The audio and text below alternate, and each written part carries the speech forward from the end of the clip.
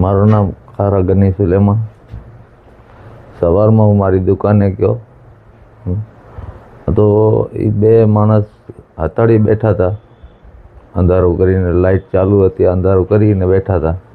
હું ગયો ને એ મારામાંથી હમલો જ કર્યો ડાયરેક્ટ. મારું એ સ્કૂટી ચાલુ જ હતી, એ સ્ટેન્ડ ના ચડાવી દીધું.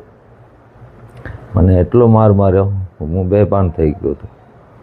રડોરાડ કરી બાજુવાળા અલી મહમદ ઈશા પટેલ એની ઘરવાળી મને આયા મુકાવા.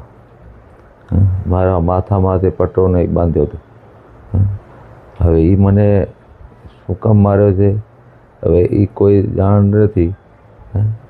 એ લોકોના ભાઈ સરપંચ છે, એના માથે આ બધું કરે છે કે અમે મર્ડર કરી નાખશું તો પણ અમને કાંઈ ફરક નહીં પડે, ભાઈ છોડાવી દેશે. એટલે બાકી કાલે મારા કને જે પોલીસ સાહેબ આવ્યા હતા એ મારાથી જે બનાવ બન્યો છે એ મેં બધું આવેદન બધું આવું લખાવ્યો. બધે મારા અંગૂઠા લઈ ગયા હતા, હું કે સાઈન કરું. એક તો ધોકો હતો એના હાથમાં, 30-32 ગા ધોકાનો મને માર્યા.